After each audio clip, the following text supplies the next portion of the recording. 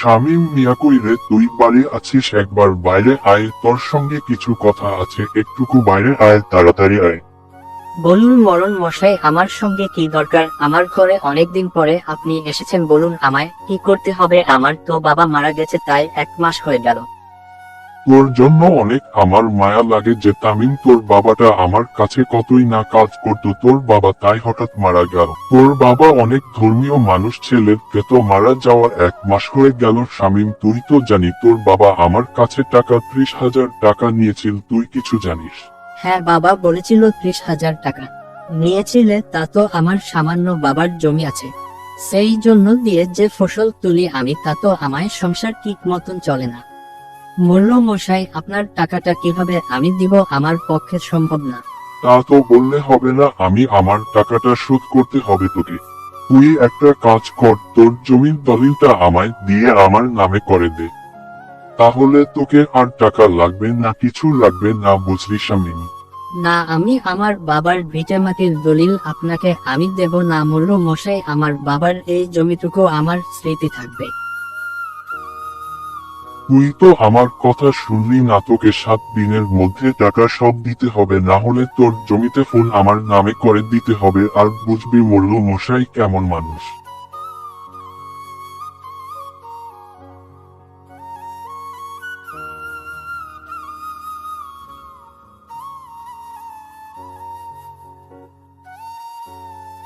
আহারে ছোকরাটা, খবর কি? আমার টাকার ব্যবস্থা করলো হারালে, ফেল খবর নিয়েছিলি? শামীম মিয়া, আর ওই জমিটা আমার চাই। না তো মালিক, সেই নাসির মিয়া কান্না করছে আর গ্রামে গ্রামে ঘুরে বেড়াচ্ছে। সে আপনার ভয়ে কেউই তাকে সাহায্য করছে না। সবাই বলে মালিককে না মানলে সর্বনাশ। আমরা তো মালিকের সব কথাই শুনি, আর তুমি মালিকের মুখের উপর কথা বলেছ, তোমার সর্বনাশ। ভালো গ্রামের মানুষ দেখে আমায় দেখে যেন ভয় করে। ওই নাসির ছোকরাটার জমিটা না পেলে আমার জমিতে কোন ফসল হচ্ছে না, বান ভেঙে যাচ্ছে। ওই জমিটা আমার চাই, আমি সব জমি এক করতে চাই। মালিক, নাসির মিয়া যদি জমি না দিতে চায় তখন আমরা কি করব? আর সে তো বলেছে জমি দেবে না, আমরা কি করব মালিক? রাজি না হলে রাজি করতে হবে। তোরা আছিস কি করতে, প্রয়োজনে কে ভয় দেখা মার, যা করতে হয় তোরা তাড়াতাড়ি কর। ওই জমি আমার চাই, কিন্তু মনে রাখিস ওই জমিটা আমার চাই, সে যে করে হোক চাই। শামীম ছোকরার বাড়িতে আজকে তোরা রাত্রে যা, তাকে ভয় দেখা রাজি করা। আমার ওই জমিটার কাগজপত্র চাই। শোনো শোনো, তোমাদের আমি একটি কাজ দেব। তোমাদের মধ্যে এই কঠিন কাজ যে পারবে আমরা মালিকের লোক, টাকাকে এসেছি, টাকা সব ফেরত দে।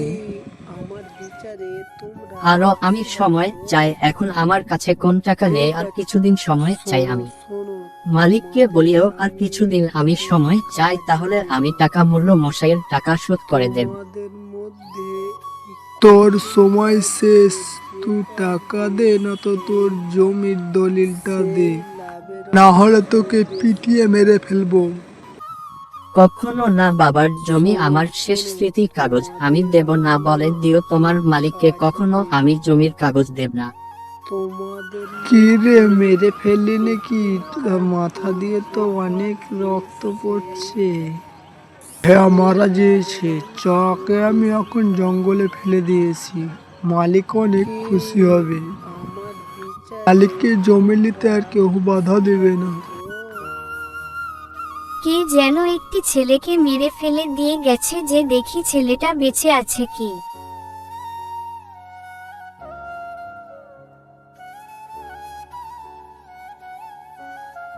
বুড়িমা তখন সেই ছেলেটার মুখে চোখে পানি ছিটিয়ে জ্ঞান ফিরিয়ে আনে আর তাকে জিজ্ঞাসা করতে লাগে, কিরে দাদু ভাই, তোর বাড়ি কোথায়? তুই এইখানে এলি কি করে? তোর এই অবস্থা কে করেছে? শয়তান বলল, আমার জমির কাগজিয়ার জন্য আমায় মারার চেষ্টা করেছিল। বুড়িমা, তোমায় অনেক ধন্যবাদ। এই লাঠিটা জাদুর লাঠি দাদুভাই, তুই লাঠিটা লে আনিয়ে তুই সৎ কাজে ব্যবহার করবি, অসৎ কাজে ব্যবহার করলে লাঠি অদৃশ্য হয়ে যাবে, তাতে তো ক্ষতিও হতে পারে, সাবধান দাদুভাই, সব কাজে ব্যবহার করবি। ঠিক আছে বুড়িমা, আমি এই লাঠি ওষুধ কাজে ব্যবহার করব না ব্যবহার করব প্রয়োজনীয় আমার কাজের জন্য। তোমায় অনেক ধন্যবাদ বুড়িমা, তুমি আমার বাঁচালে। তবে চলি রে দাদুভাই, আমায় যখন মনে পড়বে এটা থেকে বলবি লাঠি তোকে নিয়ে চলে যাবে, চলি যে দাদুভাই।